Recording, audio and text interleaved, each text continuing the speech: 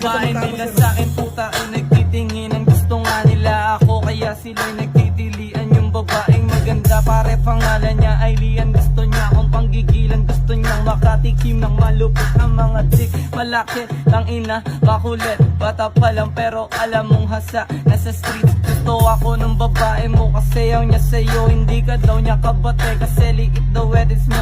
Yeah, gusto sa'kin dumikit, pinapalo ko yung puwet. Mga mata niya singkit, kala ko nga siya'y incheck. Pero okay lang kasi alam kong palaban. Yung babae pinapalagan sa higaan.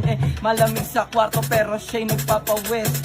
Kinakalimutan ko siya pwera umalis.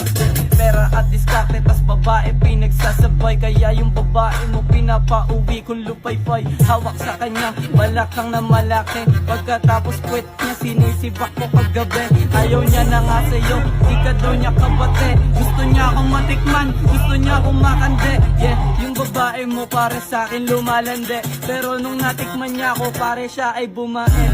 Ganun daw talaga kapag ka malupit. Bata palang playboy, malupit ko na in-check it.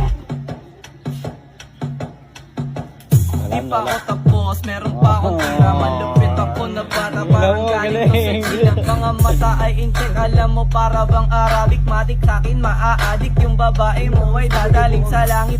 Gusto niya nga akong malasahan kasi alam mo naman na talaga naman na masarap ako. Kaya naman gusto niya nga ako na makalaro.